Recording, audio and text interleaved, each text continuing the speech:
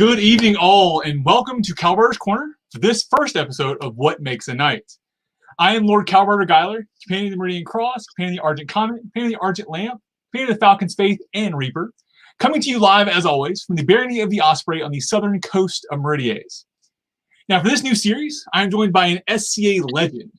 You may know him from SCA Coach's Corner, or from the fighting fields of Artemisia and the known world. Duke Sir Sean Kirkpatrick Tarragon. Welcome, Your Grace. Great. Thank you for having me. Really appreciate being here.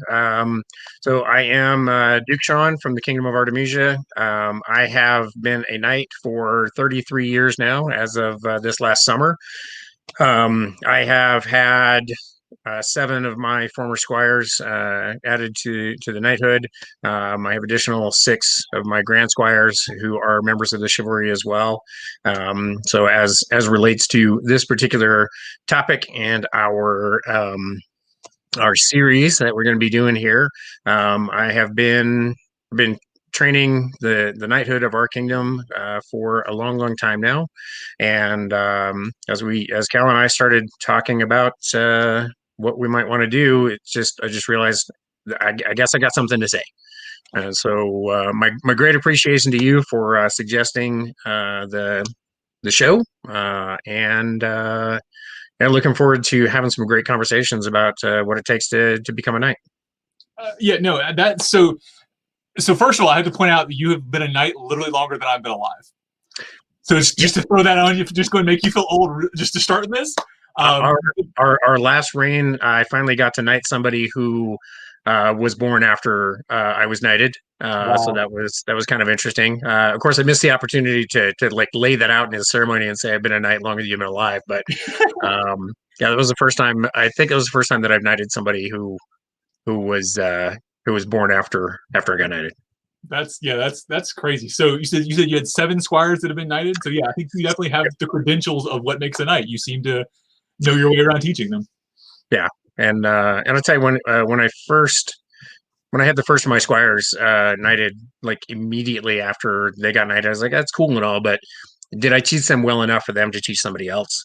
Right. And so that next generation, my grand squires, was kind of something I was like immediately longing for. And then yes, to have 6 of my grand squires knighted as well is just kind of crazy. Wow, that's definitely another mark on the resume for me. It's not only your achievement, but theirs as well, obviously. But definitely, it's nice to see that what you've taught has been passed on. That's cool. So so let's talk a little about the show. So you and I met actually at Corpora last month, and we've shared a couple of Zoom chats before, sort of offhandedly. But I heard you talking about so you do a ton of talking about SCA Coach's Corner about fighting. And I think nobody would doubt your credentials on the fighting field, clearly. But one of the things you talked about was, and sort of the piece that hit me was, there's so much more to being a knight than just fighting. And I've said that before myself. You know, I am not a knight, so I can only speak from this side of that stick. But I think that's a really great point. And there's a lot of so when I start looking for knights in my life that I look up to, I realized that point was really made because the knights I look to are not great fighters. I mean, they're good fighters, but I don't look to any knights because they're good fighters. Right. I look to them because of their courtly grace, or because of their franchise, or because of sort of their general demeanor. Yeah. Not because they're a hot stick.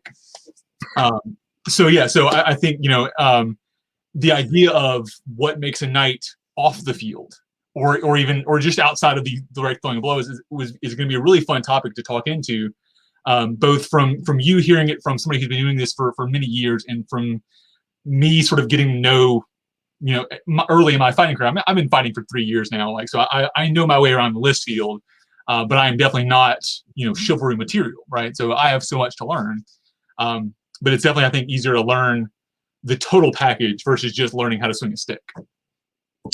Yeah, and when I am very passionate about teaching our sport as a martial art, teaching our fighting. It's something. When I first saw SCA combat when I was like 12 years old, I knew immediately that this is what I wanted to do pretty much for the rest of my life. I've never been captivated by something else like I am by fighting. I've been very fortunate to have learned from one of the best fighters to ever practice our sport, Duke Brian Tarragon, and and with being his squire when he was king. Early on in my fighting career, I was Brian's only squire when he won his first crown, and I'm kind of a product of his success, where I've been surrounded by the best fighters in the world since birth, basically. since my first days in the SCA, I've been surrounded by them. And so the fighting is very passionate to me. It's something that has always been there. And I will teach anybody how to fight, right? But being my squire is a whole different thing, because I'm trying to make you a knight, and I'm trying to give you the tools to be not just a great fighter, but to be knightly, to be that embodiment of the well-rounded individual. And let's make no mistake, I'm propagating the romantic ideal of chivalry, not the medieval practice ideal of chivalry. Right.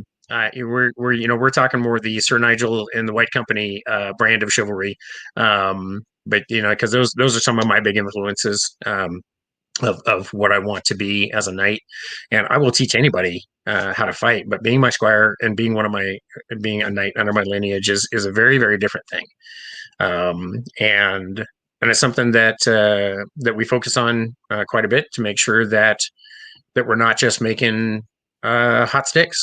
And I've had at least one of my squires where they're his application exceeded his comprehension. His fighting on the field exceeds your franchise, right? And we waited. Just being a great fighter doesn't cut it. Right. And as much as I have an opportunity on the Coach's Corner to talk about making better people fighters and making people better trainers, there's having won crown several times myself, there is, like I said, there's this thing where it's like, oh, he's this great fighter. I'm like, but you're right. I have some of the best knights that I know have never won crown and never will win crown. Right. But they're great knights. And they're people that we want to emulate.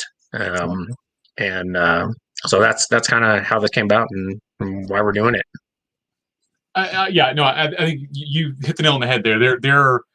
And sort of that brings up a topic that we'll get into maybe in a later episode of how we pick our crowns, and maybe it's the right decision, but that's a whole different bailiwick we'll tackle at some point. Because you're right, there's so much more to being a knight, so much more to being king than just being a hot stick. So yeah. All right. So currently we have so you and I have discussed 8 episodes at the moment. We have 8 sort of topics that you suggested for the ideas of knighthood. And what I thought was really interesting when I was looking through them was that there's been a lot of shows I've seen, on Ask the Knights Live or Coach Corner talking about all the knightly virtues and sort of the big fancy medieval topics, right? Right. What I noticed in your topic list was these are all very practical things, and it's more of an SCA knight versus the medieval knight. Yeah, absolutely.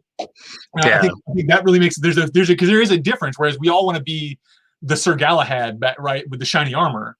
That's not as practical as what does it take to be a knight today. Right. Yeah, and that's the thing is like all of the topics that we've come up with, and I know you've done event announcements for everything. So when I talk about next weekend we're going to be talking about franchise, and we're going to have someone I consider to be a genuine national icon, Viscount Sir Robert of Woodsend, from the Kingdom of the West, who again is another one of those guys that you talk to anybody in the West and they say what kind of knight do you want to be, and it's him, right? And so we're going to have him on for the episode for franchise, and it's not the medieval interpretation of franchise, right? So to me, knighthood, and I'll get into this in just a second when I bring up the topic tonight, but knighthood is basically 2 equal parts, and it's basically fighting and it's franchise. and and it's simply because fighting is the distinguishing characteristic of our order. Right. And it's not to say that fighting is the most important thing, but when I say franchise, we're talking about everything else about the society, right? It's not just looking good. It's not just being, forsooth or whatever. It is everything about the society. So, and actually, I guess that's a good segue if you want me to bring up. Sure. So tonight's topic is what Corpora says. So we want to talk about I know from my perspective, the idea of Corpora is this giant and, it's Corpora. It almost is a scare tactic, right? But realistically, it's a rules and guidelines of how we run the society. Some of it's very dry, but there are some very practical things in there as well about, how we function. For this, we have there is a basic description of knighthood and what are the requirements for being a knight, or in this case, actually a sort of a peer in general. And then I think there's also some knight specific ones too. So let's dive right into that. And so actually, before we do that, there's some questions coming up in the comments. Sure. I want to sort of address how we're going to handle questions for this. So what I'd like to do is, if we have questions that are relevant to this topic, we'll address them as they come up. I do see some other questions about there's one of how do you choose your squires, things like that. What I'm going to do is I'm actually going to grab those for future episodes. If there's ones that are relevant, so if we get a bunch of questions about squires, or if there's one that I feel is relevant to another episode, we may address it then. If we get through this tonight and you want to go back and look at those, we can do that as well. Totally. We're on time. I'll see if we can have some time to address some of those questions. I've got time. I don't know. I know you generally kind of keep things to an hour, but I've got time, so we'll. I've got nothing to do, so we're good to run. So all right. So let's jump into what does Corpora say? Right. Yeah. So one of the things about the path to knighthood is, there's always this question from the unbelted fighters of what does it take, right? And that's what this whole series is about. And to start with, we are given basically a roadmap. we are given literally a textbook definition of what it means to be a knight and what it means to be a peer, and that comes out of Corpora.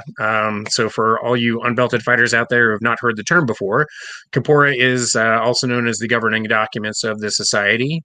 This is the bylaws of the SCA Incorporated, a 501c3 organization, yada yada yada. And this is the, again, textbook definition of what it is. And my point about bringing this up is, if you're not sure where to start, and you want to be knightly, you want to be a knight, if you are doing the things that Corpora says is required of a knight, that's a good place for you to start.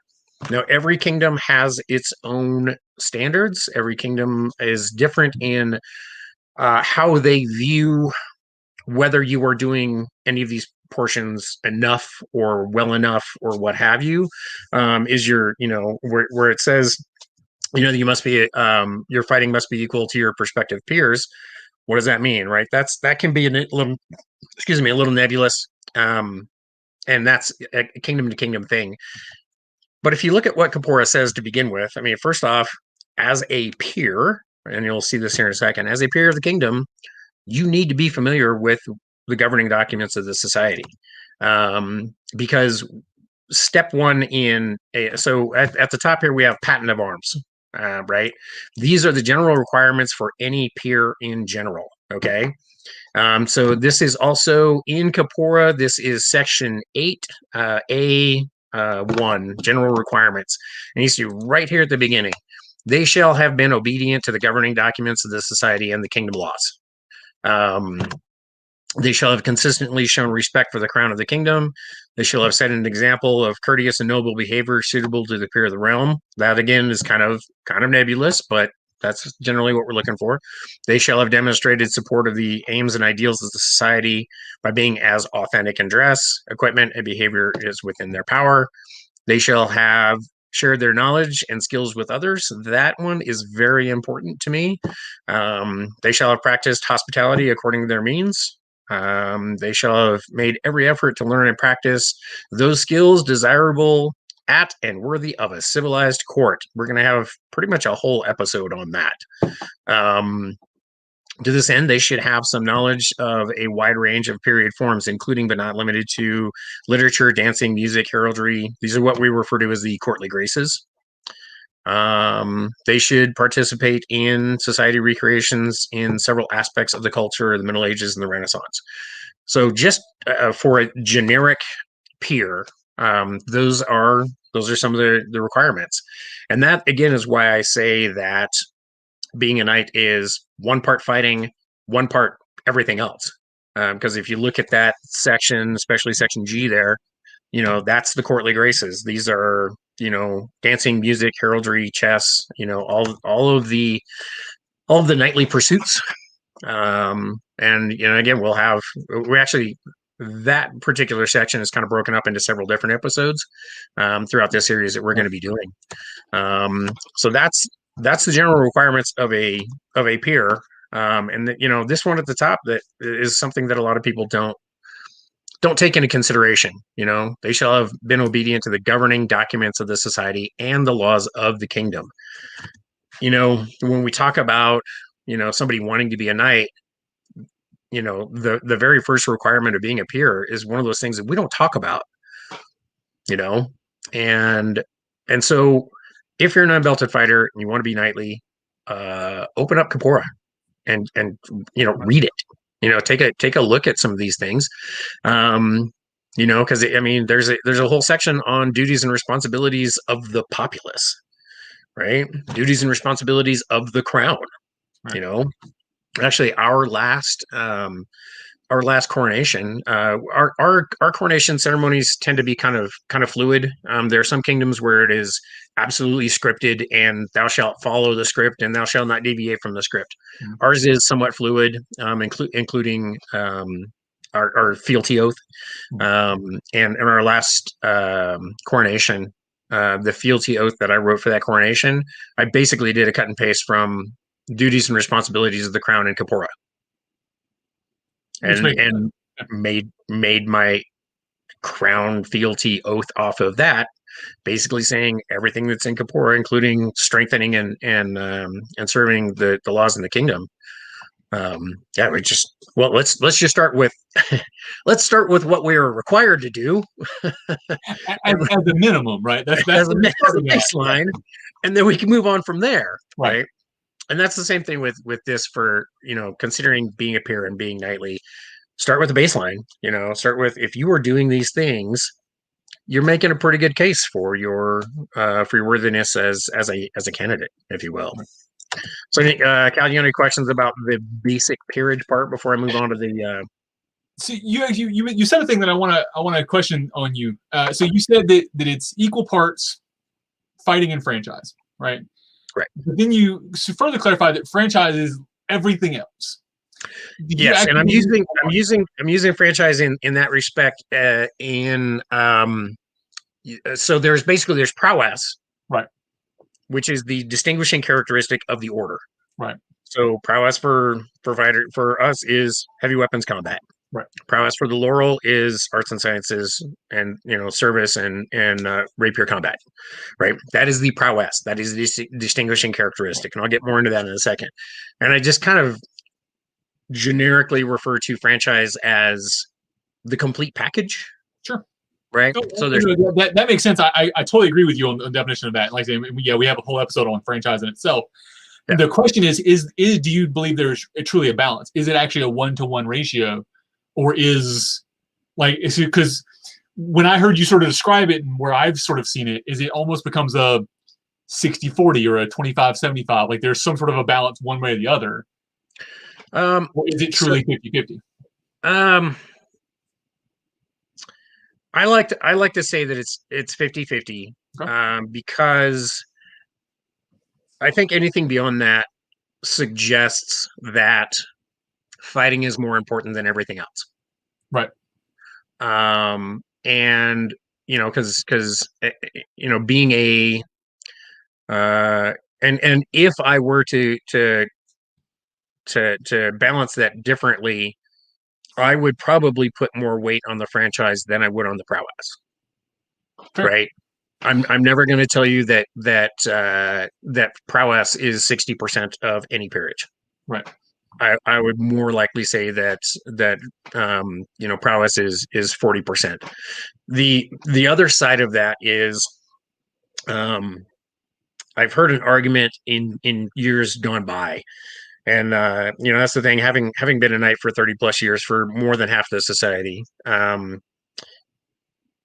seen a lot of discussions on what is good enough and what is not good enough, and who gets added and who does not get added.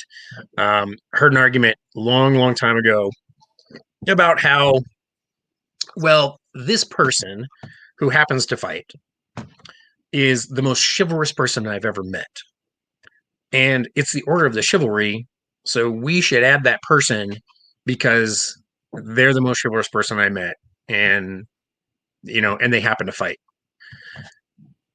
The flip side of that is we don't knight people who don't fight, so we shouldn't be knighting people who can't fight. Right. So there is a certain level of prowess that is required. Again, we'll get into that in a minute. But that's just never really been a solid argument for me. There are other recognitions that we have in the society to recognize people that are just good people. They may or may not fit into one of the peerage categories. But court parenting is one of those things that we have that, I don't have to have a reason to give somebody a court parenting. If I see somebody as what I deem to be the most chivalrous person I've ever met, I can give them a court parenting for no reason at all. Right. That's one thing that we can do. Augmentation of arms is another one of my favorites. Oh yeah. We have the Order of the Chalice here in Merdiers. Okay. That is specifically built around. It's a pulling order, so to speak. But it really is you embody the virtues. So it is you are knightly, right? Have all those fancy knightly virtues, but are not necessarily a fighter. So it's open to anybody, but and you're actually chosen by the order. So it's a similar thing. You're that is the most knightly person I know, but yet they're not a heavy fighter, so they can't be a knight, right? Right. It's interesting. You see a lot of people that are like that in the Order of the Chalice. Yeah, and again, we don't knight people who don't fight. Right. So we don't knight people who we shouldn't be knighting people who can't fight. And again, how good is good enough that's up to every kingdom. And actually, within each kingdom, that's kind of up to individual knights. I know I've told all my guys that I am the Dr. No. I am the last bar they have to pass. Right. I'm not going to push my candidates, my squires on the order as candidates. I am going to maintain the strictest possible standard. And in short, that standard is really just, I want my squires to be demanded into the order, not accepted into the order. I don't want one of my guys get knighted because we haven't knighted somebody in a while, so I guess it's his turn. Right. Yeah. And that's not healthy. I'm sure it's happened, but I can see that you definitely want it to be always like when the sort of knighting by acclamation, or exaltation. Like you want there should not be a question about that. And I think that's a great way to approach it. Yeah, that's sort of been my approach. When I am made a peer, whichever peer that becomes, I want it to be that there was. It's whoa, that hasn't happened yet. Whoa, like that's the response I want, not right. All right, I don't want that lackluster response. So yeah, I can feel that. Yeah, it's not it's okay if he gets knighted. Right. It's like, why haven't we done that yet? Right. And that's the standard I've had for all my guys from the beginning, and I've got 7 and counting that have passed that standard. So it's not like it's insurmountable. So we actually had a comment just popped up that I want to address. I think is a really great sort of an interesting point. So we said that every kingdom has an award for being the most chivalrous, yet so there's a specific peerage for it. They will always be seen as lesser than those with prowess. If I'm understanding this correctly, basically it's yes, there's other things other than being a knight, but if they're knightly, why aren't we making them a knight? And I think, from my opinion, and I'm curious to hear your response to that it is. Each of the peerages focus on excellence in a thing, right? And outside of that, all peers are equal. right? And we can, Right. that's a whole Right. discussion, and people will disagree with that all day long. And I have disagreed with it too. And I have some opinions about the chivalry that I will actually will get into. I'm actually have been in the last year very anti the chivalry. And I want to say people like there are people like you and Helga and Thorfinn, people I've met from other kingdoms that have sort of reinvigorated my appreciation of the chivalry as a whole. But I think that's an important thing, is that the peerage traits, the peer-like qualities, sort of is the buzzword, Right. is important across the board, and those are equivalent. And Right. then, as you said, it's prowess in the skill. So it's prowess Exactly. in fighting, prowess in arch, prowess in service, or prowess in steel fighting versus heavy fighting. Right. And yeah, so I don't think they're not equivalent. Yes, from a precedence perspective, they're somebody, we give them a court barony versus a peerage. Yes, they are now non-equivalent. We can all agree on that. There's a difference in precedence there. But I think things like the Order of the Chalice, at least I'm speaking from Meridian culture, Order of the Chalice versus being made a knight. Some people actually are actually going to hold the Order of the Chalice higher, even though it is a non-precedence, like it literally holds no bearing, other than you get a cool fancy belt and you're part of this order. It actually means more to people than becoming a knight would, for the same reasons. So what's your response to that?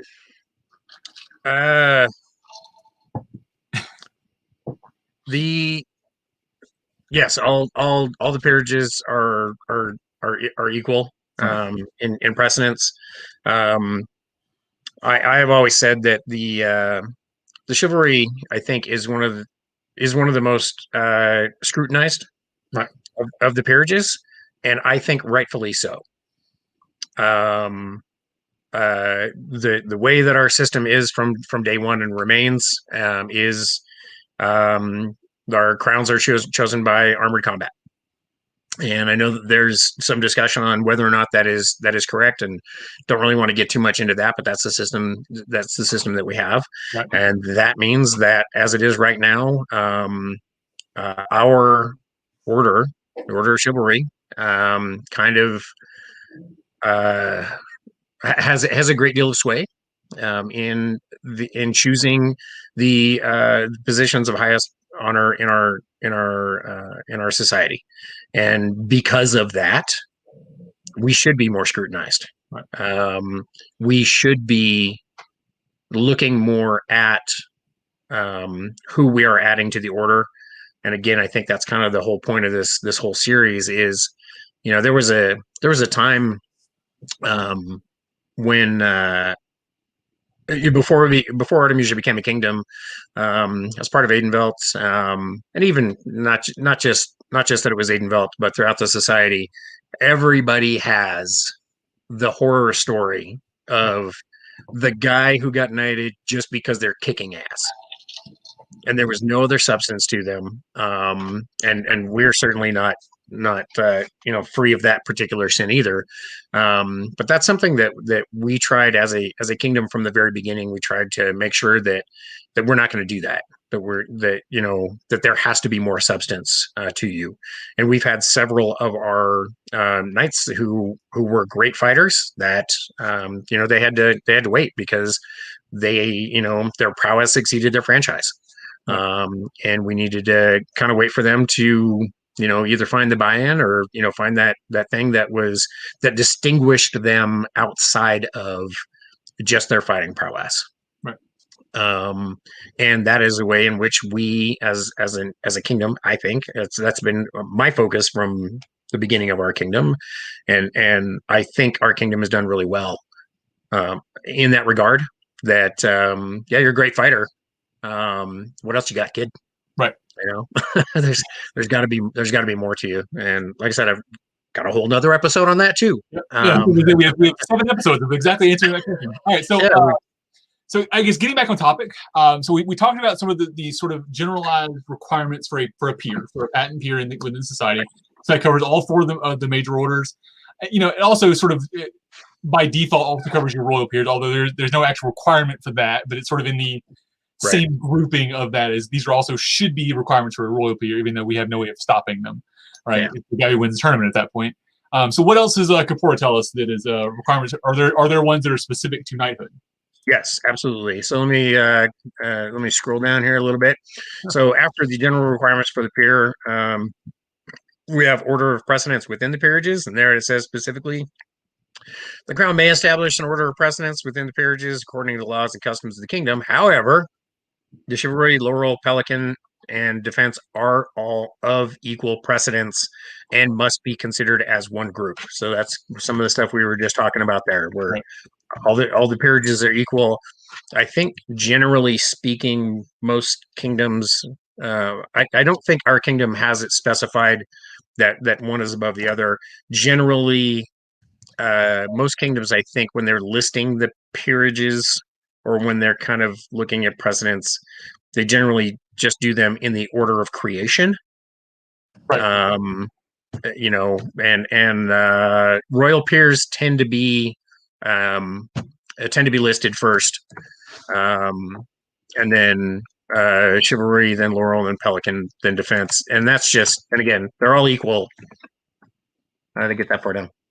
They're all equal, but some kingdoms will just kind of list them out just in the order of creation. Right. Yeah, that's usually how I've seen it from a heraldic perspective. It's the date of creation of whatever their highest award is when they get stacked. Right. Yeah. Right. Let's see. Let me get back down to you. So, and this is page 30, by the way, in Corpora is where all this starts.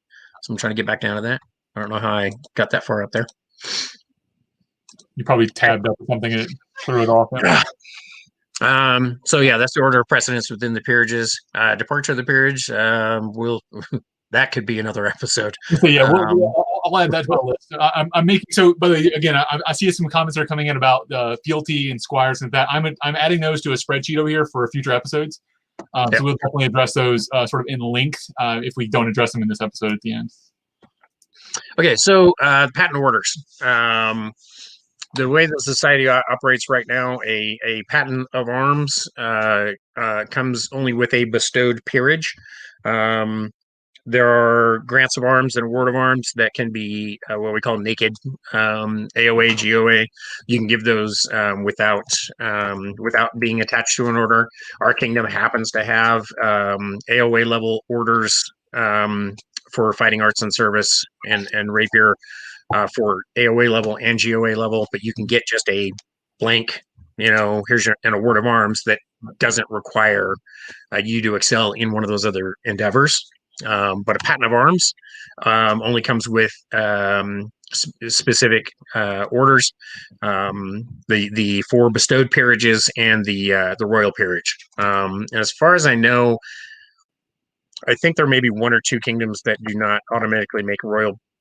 Somebody who's previously stepped down from a royal list, royal peers. As far as I know, most of them are all royal peerages. Yeah. I had never seen it not happen, but it's it is. Yeah.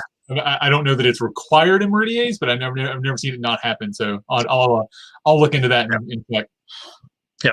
So when we talk about patent orders, this is also what we refer to as a bestowed peerage, as opposed to an earned title.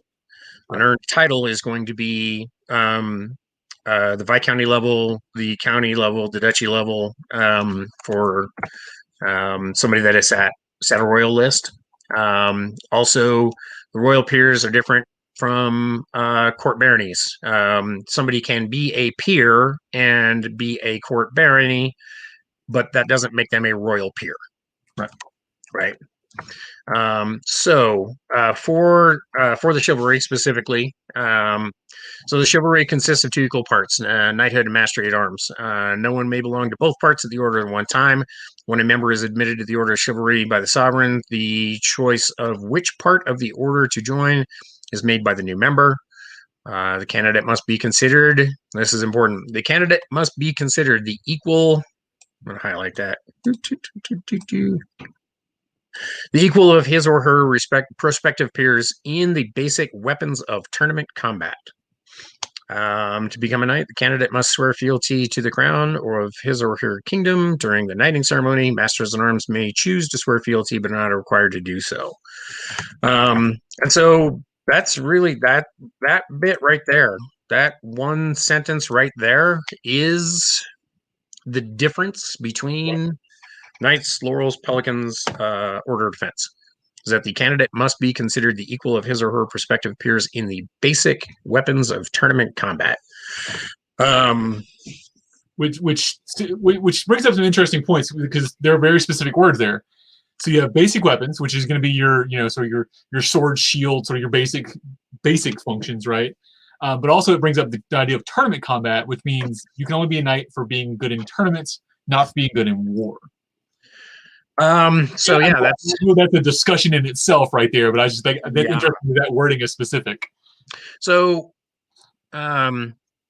with the basic weapons of tournament combat, a lot of there are some people who will, and I know we had a question in there. I don't know. Can I pop that up? How do I do that? I can't.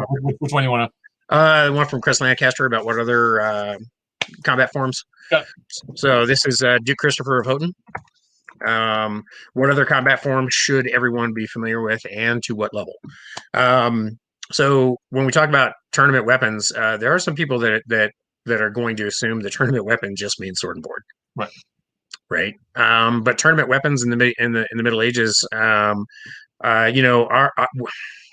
so we are participating in what I refer to as a modern martial art that is loosely inspired by medieval combat.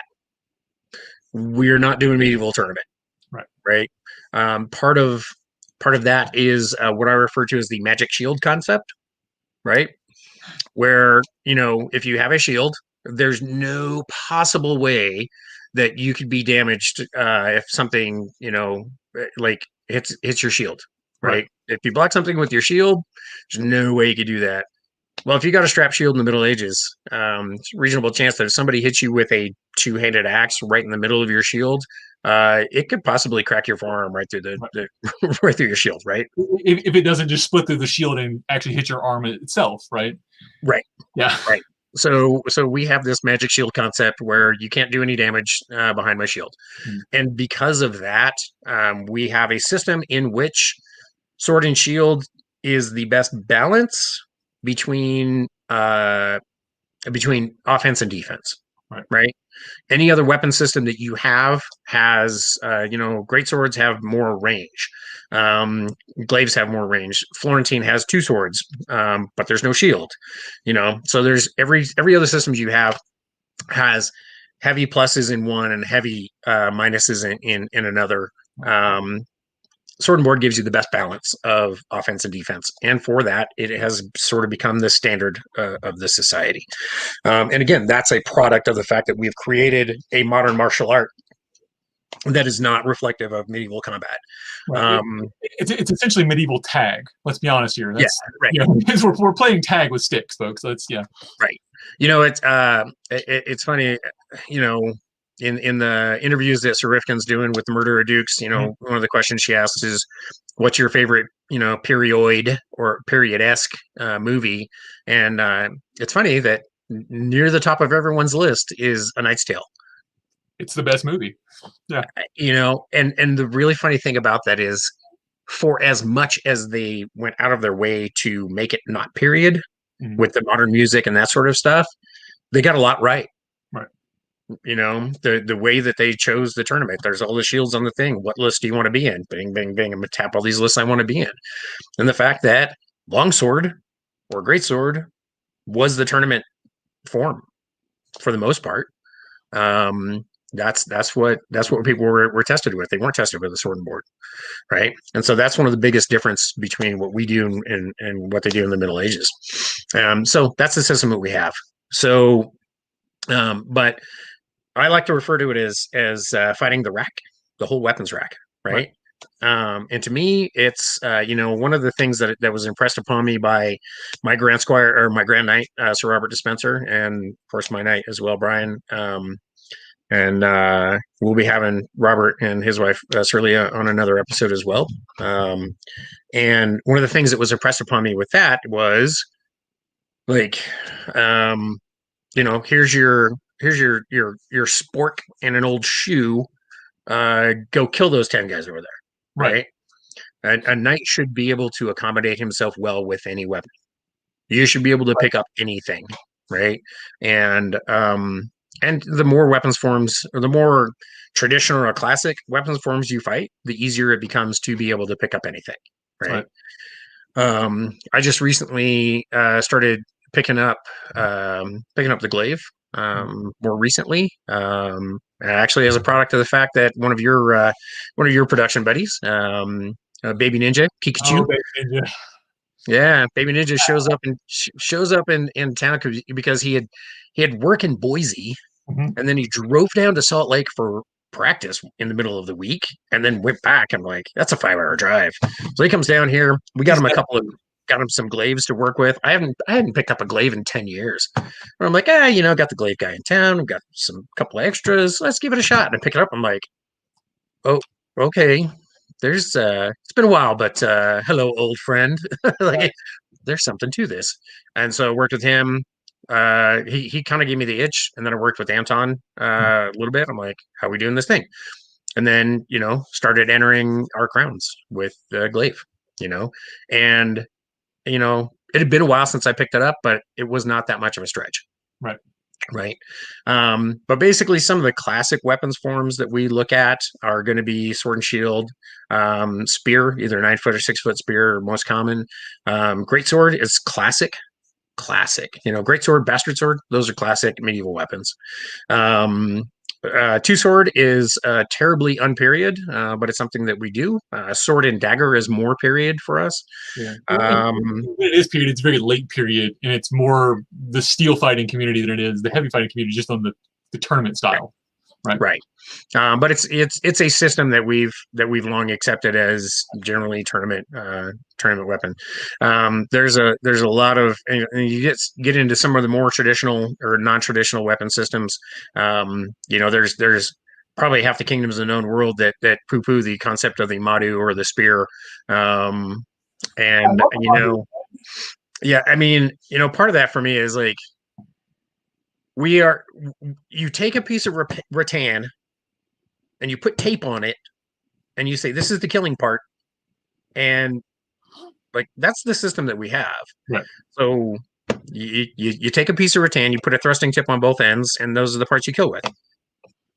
Okay, let's fight. It shouldn't matter what you call it. I've noticed a lot of people doing that in the last few years. They're playing Broken Lance instead of Madu.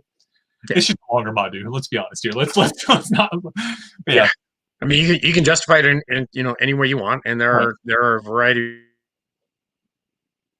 of reasons that we're going to take any piece of rattan and put marking edges on it and call it a killing weapon. But I'm just not going to get too bent out of shape about what somebody wants to fight with, because the reality is you fight whatever you want, and I have to be good enough to kill you with whatever you want to be your primary weapon system. Right. Whatever you want to compete with, I got to be good enough to fight against that with what I consider to be my primary weapon system. Right. If we're in tournament and that's how it comes out, and I go to Penzik and somebody's got, weird ass weapon, like, you're going to fight me with your best thing. I'm going to fight you with my best thing. It's not, as I've said on the Coach's Corner all the time, there is no master weapon system. Right. There are only master practitioners. And so people that have this idea, the only exception there being safety at that point is as long as the thing is safe. Right. Yeah, as long as the thing is safe and you're not going to injure somebody with it, I really don't care what you're using, right? So and some of those, I'd like to point out, it has been 45 minutes now, and we're now talking stick. That's how long it took. I was picking back how long it would take us to start talking stick. 45 minutes. How long is it going to take? So I mean, we knew it had to come up at some point, but right. I'm surprised it took that long. So yeah, as far as the weapons that we have to use, and again, the spear, greatsword, those sort of things, those are things that people would classically consider to be melee weapons, right? But for me, so we do our King's Champion, which is typically held at Coronation, is a 5-weapon list. That was something that my knight Brian had implemented in Aidenvelt before we became our own kingdom. And it was, the idea of it is, it's first off, it's for chivalry only. And it is 5 weapon lists, what some kingdoms refer to as a Swiss 5. Right. And it is they're single elimination tournaments. It's 5 different tournaments, and the victor of the list is the person that wins a majority of the tournaments on the day. And the whole idea of that is, again, a knight should be able to pick up anything and use it. Right. And if you are going to have to come to the defense of your king as king's champion, the king should expect that knight is going to be able to pick up anything and account well for himself. Right. Right. And so typically for us, it's, yeah, go ahead. I've seen, I know it's not common, but I've even seen crown lists like that, where it's literally each round was a different weapon style or something like that, for that very same reason, to show that, if you're going to be king, even, you need to be across the range and not just in one thing. And that's an oddly thing. So it's something I've dealt with here in Meridia's, or I've seen in Meridia's, and Kikichi will tell you about his experiences with glaive stuff. Is it's frowned upon, actually. That if you're not fighting sword and board, it's harder to become a knight in Meridia's. That it's people who are primary glaive guys or primary spear guys. It can happen, but like it's not as you're fighting an uphill battle because of that expectation to fight in tournaments with sword and board. So yeah, that's interesting. I much prefer that broader view of that. I like that. Yeah, and that's and if you look at I think the Callantyr Huskarl is a really good example of weapons depth. Huskarl is a Grand of Arms level order in the Kingdom of Callantyr, and their standard for that is what is it? You have to have some level of, they say mastery, but I don't think that's the right word, of one weapon system, but you have to be proficient in 5, right? And again, it's that you got to pick up anything and use it. And that thing with the Huskarls, that's something that goes back to the Principality days of Callantyr, where they were part of the mid realm, and trying to kind of in the other regions of the mid realm where they were trying to distinguish themselves. The Huskarl came up as you have proven that you are at least proficient with 5 different weapon systems. So again, looking back at Corpora and what it means to be, the equal of your peers, it's like here's a guy who has demonstrated, some level of proficiency in several different weapon systems, and that's what we're looking for. We had one of our we've had several of our knights made for other than sword and shield. So it definitely happens. But it's also one of those things, it's like, okay, you're mostly a greatsword guy. But just as I would expect somebody who specializes in sword and shield to be able to demonstrate that they understand greatsword and spear and polearm and all these other things, at least to some basic understanding, I likewise expect somebody who specializes in greatsword to have picked up a sword and board at some point. Right. To at least be able to stand their own.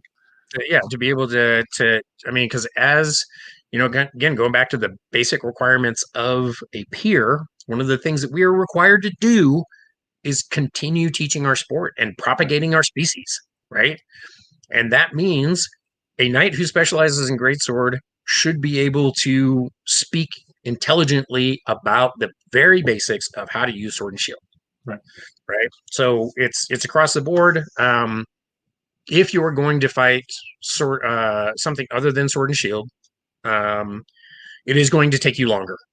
Right. It takes more work. I don't think somebody has to be a sword and board fighter, and I would not agree in any kingdom that you have to do this, and maybe you can dabble in the other things. Anton, Viscount Anton is primarily a glaive fighter. His knight, Cullen, was primarily a glaive fighter. They're both from the East Kingdom, and they do exceptionally well with it. And I see His Grace Tom up in North Shield, who's commented with the pole armor is the one true weapon system. Right. Yeah. Um, Well, yeah, Tom is definitely known for his skill with a glaive. Duke Maynard in Ethelmark, who either is now crown or just stepped down. I can't remember. He's another one. Back in the history of the East Kingdom, Visivald in the East Kingdom, Palomar in the Mid Realm. I mean, there's lots of folks out there who do specialize in those things and are known for that. But it takes more work. It is going to take you longer to do those. It is not. It is. You do not have to be a sword and board fighter to get knighted, not by any stretch of the imagination. But because there are so few others doing it at that level, it is going to take longer to get there. We have so actually, speak to that. So Kikichi's knight actually, Sir Yostrib, is a primary glaive fighter, and he's he is known for that, and he's amazing at it. I definitely would much prefer him to have a sword and shield in his hand when I fight him than with a glaive, but he does what he does best. So yeah, I can see where there is that becomes an uphill battle because you are finding different. You have to find your specific teachers, and there are very few of them. So yeah. All right, so we talked about those sort of peer-like qualities, and we have different episodes about. We've talked about the weapon systems. Is there anything else in Corpora that defines a knight? Well, I think, let's see. I think a lot of what comes after that particular statement that says the candidate must be considered equal to their prospective peers. I think these other things are pretty much pretty generic. Even though they're specified under the different orders, I think there's a lot of similarities here. For instance, to set an example of courteous and chivalrous conduct on and off the field of honor. So that's one thing you're going to find specific to the chivalry. Right. To respect the crown of the kingdom, support and uphold the laws. That again, that's part of the basic requirements of being a peer. To enrich the kingdom by sharing their knowledge. That's basic to the peerages. Support and uphold the crown and or his or her kingdom. To enhance the renown and defend the honor of the peer's lady or lord. And that's something that I think you're going to find more in the chivalry than you are in the other. Yeah, because looking down at the laurel, don't see anything like that. Yeah. Right. You can definitely tell the duties are there's A through G versus like A through E. There's a couple more added on for chivalry. Yeah. Right. And again, E. To enhance the renown and defend the honor of the peer's lady or lord. That's important. That is something that is, when we take the field, we are not, of all the glory or shame that could befall a knight, and their associates, the renown, the glory, and the shame of the knight themselves, I think is maybe fifth on the list. After their consort, after the crown, after their order, your own renown, your own reputation, is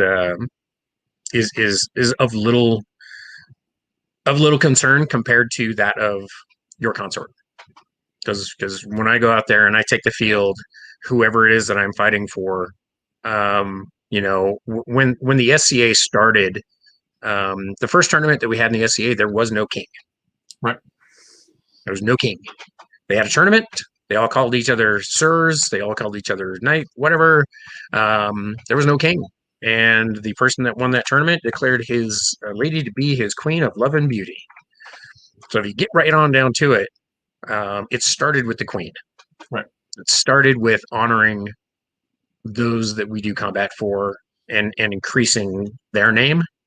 And so that's an important distinction in Corpora, that you'll not find in the other peerages, perhaps in the order of defense. I don't know, because that again is there you go. Yeah, down in the order of defense.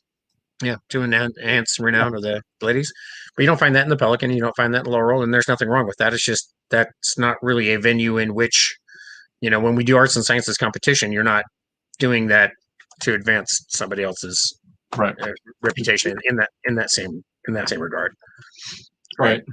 Which actually two things. I want to bring up a thing from the chat real quick, and I actually want to respond to that. So Graf Ulrich is one of our knights here in Meridies was responding to the pull up thing. I just want to point this out so that I'm covering bases here, because again, I am fairly young in the fighting community. Graf Ulrich has been around for quite some time. He says pull weapons or fighters are not frowned upon in Meridies. It just takes more effort and dedication to get to the point of having constant success. I think that's really the point. There is that constant success is what is the holdup of non-sword and board fighters. Your Excellency. Yep, and that is precisely the point that I was making. Is that you can have mastery of a thing, and I think it is important to have mastery of a thing, right? But if that thing is something other than what has been basically accepted as the standard weapon system of the society, you are doing something different, right?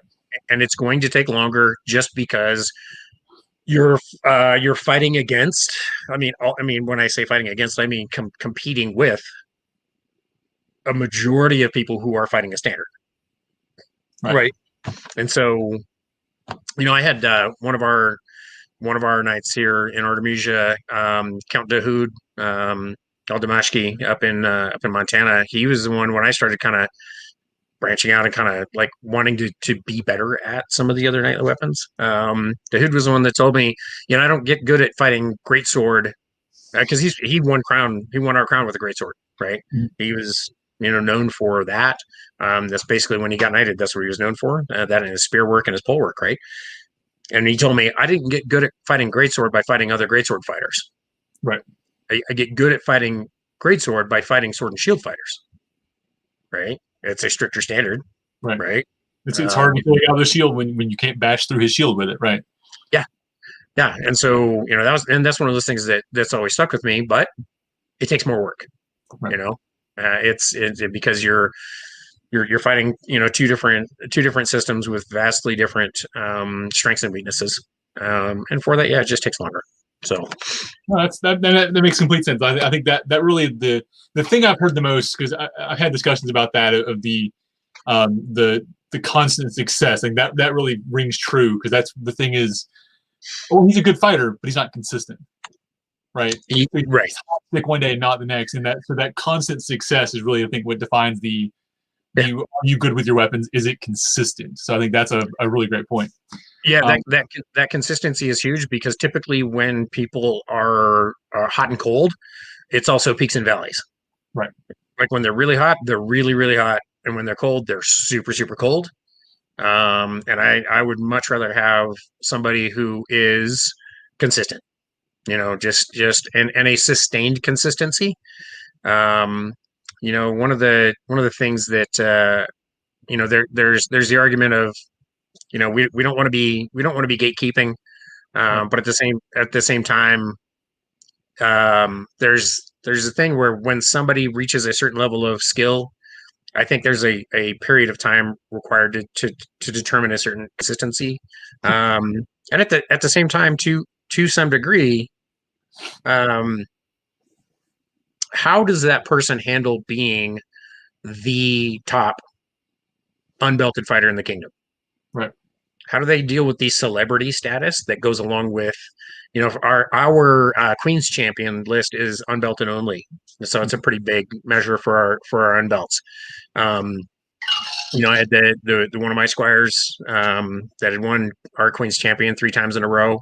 He was king before he was knighted. And that was one of those guys. It's like, your fighting's great, clearly. Moving right along. Let's work on some other stuff.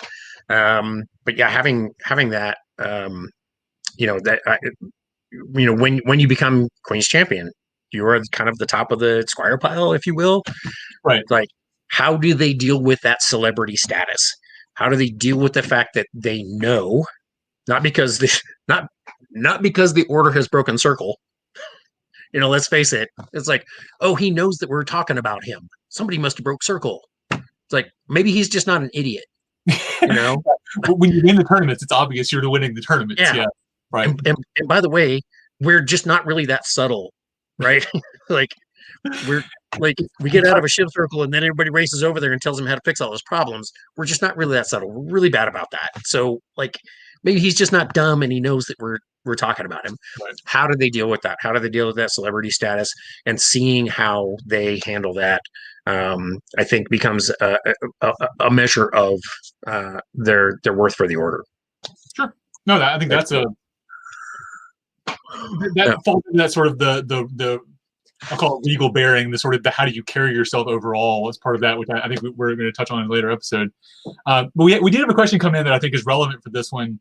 So we talked a lot about, we talked about the balance earlier of prowess and franchise and sort of we've looked at the requirements for Corpora now. So the question came in was, when you run across someone who is a great killer, so great in tournaments or on the field, how do you approach them about their other things? So how do you guide them towards the chivalric path versus just being a hot stick? Oh boy. and we can short answer this and we can table it for another episode if it's easier. But yeah, I think that's a good question. I think a lot of this depends on whether on your relationship with that prospective candidate. There are people who have not been my squire who I have had a relationship with, who I can have those very frank conversations with. Of course, with my squires, and again, we'll be having an entire episode on this with Sir Terlock Macmillan, who was the first of my squires to be knighted. That's the episode on looking the part. Because there just comes that point where you have to have a very frank conversation with them.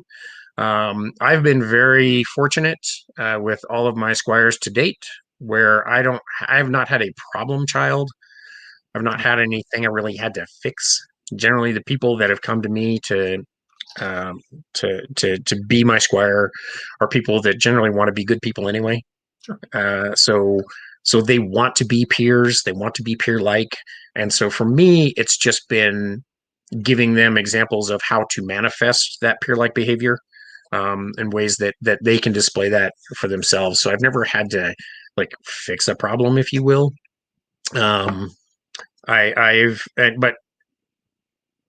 it depends on the relationship that you have with that person. If you have a solid enough relationship with somebody that you feel like you can have frank discussions with them, if they're not your dependent, sometimes, I know personally, a lot of people think that I'm hard to talk to for some reason, especially about tough stuff. But for me, I have kind of a defensive mechanism where when somebody comes to me and says, I need to talk to you about something you don't want to hear, that's kind of a trigger for me to just turn off all my emotion. So I don't feel like I'm being assaulted. And I'm like, okay, so I don't want to hear this. So let me just turn off how I feel about whatever they say and just hear it and kind of get through it. So that might be one way you can do that. You can approach them and say, you're fighting, your fighting is great. But there's more to it. One of the things that I was having a conversation, and actually you and I had kind of talked about, when we first talked about sitting down to do an interview, we talked about, doing it on your gaming night. Right. And we are still going to do. We have that scheduled for I think the second one in January. So we'll be playing chess because that is one of the nightly virtues or one of the nightly requirements, I think. Yeah, and it was curious to me that of all the games that you've played on your game night, that chess has never come up yet. I don't like chess. Oh, well, there you go. I've played, and we'll get into this on that show. Yeah, I've played it. I understand how to play it. I'm fairly decent at it, but it's not my favorite game, and it's because it's not approachable. So I play games that are more approachable. Oh, okay. Yeah, we'll dig into that further because I think it's a great topic to discuss. One of those things of being good at something, but not you're competent with the other weapons, or you're competent at chess. You're gonna be good at chess. You at least know that you know your way around the board. So yeah. Yeah, so I think that this question really brings up something that I think the order is kind of bad at. We have expectations of candidates for our order, where we expect to see, how they, play games and dance, and what their knowledge of period history and society history, and like we have all these expectations of things we want to see besides the fighting, right? The fighting is it's out there. We all get to see it. We know what we're looking for and all that, but we don't know anything about the candidates themselves, and we expect that they are going to show us what who they are off of the fighting field, right? And we no longer have a convenient venue for them to display those things. Sure. Right. When I was a young squire, in the early days, so we did a lot of court dance in our barony. Back before we had the crown coming to events a lot. Back in the good old days when we had more time to do those things. The society has definitely changed, where there's not as much time for some of these things, right? The events that I go to where there is period dance available, oftentimes like we have this last weekend would have been our what we call our solstice court, our big Yule 12th night sort of event. When I go to solstice, I used to dance at solstice all the time, especially as a young squire, because I had very few other interests. And period dance was one of the easiest things that you could do to show that you were more than just a stick jock. Right. That you have a vested interest in things that are related to the period, that are period-esque things to be doing. It was one of the very easy things you could do to show a certain social competence off of the field, right? Because whatever the dance is, there's usually multiple people that you're dancing with throughout, and you get to show them that that there's more to you than just swinging a stick, right? There's not as much dance at events anymore, and for me, I know when I'm at some of the events where there is a lot of dance going on, I have other interests that I'm doing. I'm focused a bit on some of my arts and sciences, and so when I was at Solstice last year, I'm talking the art stuff, and I just don't have as much time for dance. But dance was one of those just really easy things you could do to show people that there's more to you, right? We don't have as much anymore, and so we've kind of that's not the only venue that we had, but we do not create a venue, a format in which somebody can display those things that are not fighting. Does that make sense? No, I completely agree, and it's something that so actually I'll speak to this from Meridia's. It's happening pre-pandemic. I was starting to see more of that happening. There was more sort of chances for those other great things to happen, and one of the reasons that I think I do gaming is because that's another part of culture that people are missing out on. So I was helping spread that some more. That's actually one thing I'm hoping to get His Majesty Meridia's on at some point on the gaming show to do Game of the Goose, because that's actually where I learned how to play that game, was from His Majesty. So it was a knight teaching games. So I think that's we could have more of that. I think it would definitely help. Well, so one of the things that we did in our last reign, we have you have your royal guard, right? In Artemisia, we have what's called the Chosen Seven, which is a holdover from our days as a principality, where the prince didn't really have a personal guard, and so he kind of had his Chosen Seven. Sometimes it was counselors, but our Chosen Seven typically, as a kingdom, has been those people who the crown thinks best represents all the core values of knighthood. So it's not necessarily the best fighters; it's the people that are kind of doing the things that are on their way, right? And so it is definitely a highlight for me. It's the Chosen Seven is an augmentation to the Royal Guard as well, but it is definitely a spotlight for those people.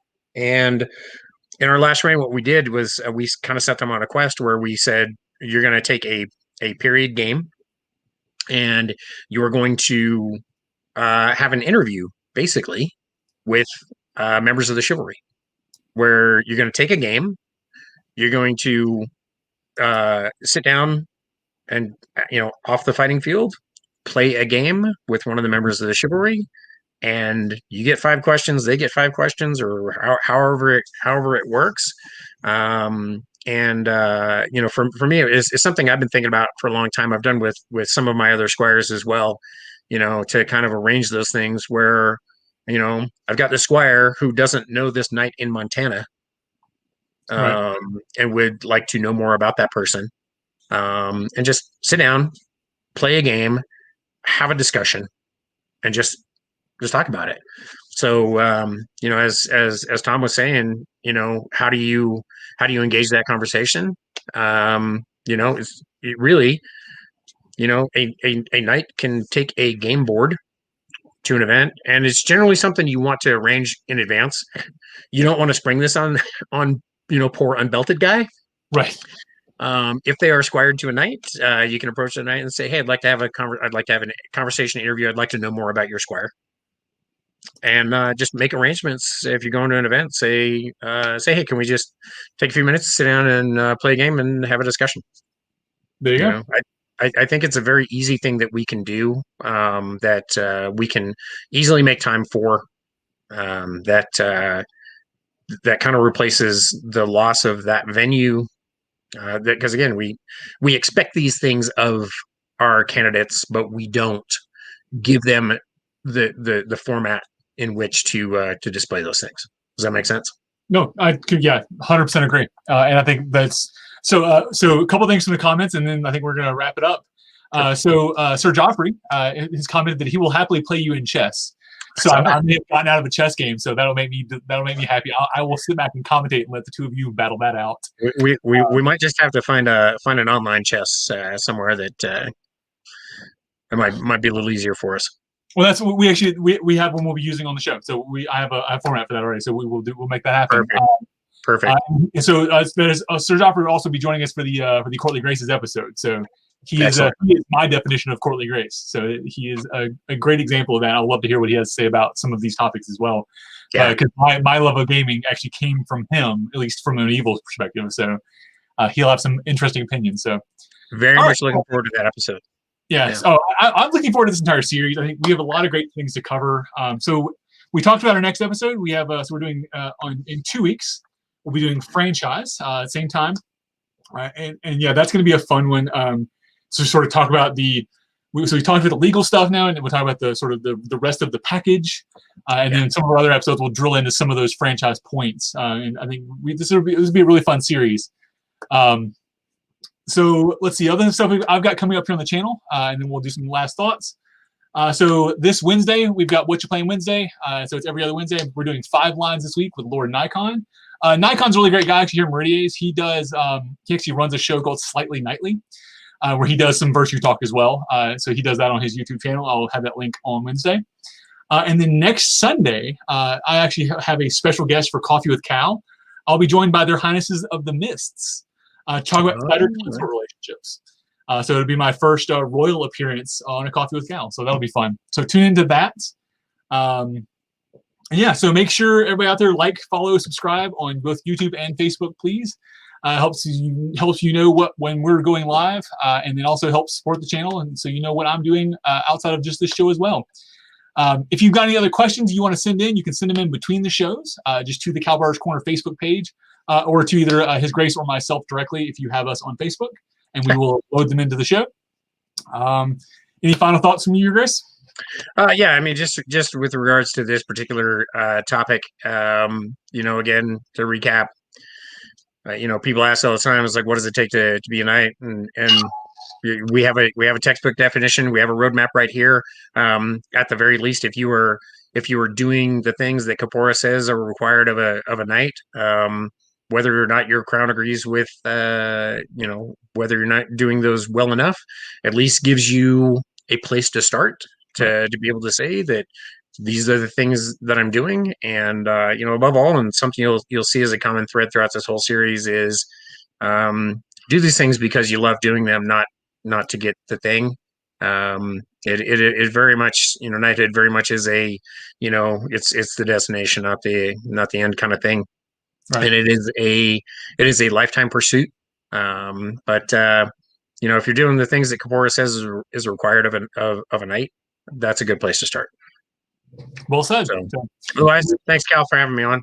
Sure thing. And with that, I have been Cal, and he has been Sean, and this has been What Makes a Knight on Calbar's Corner. Night, everybody.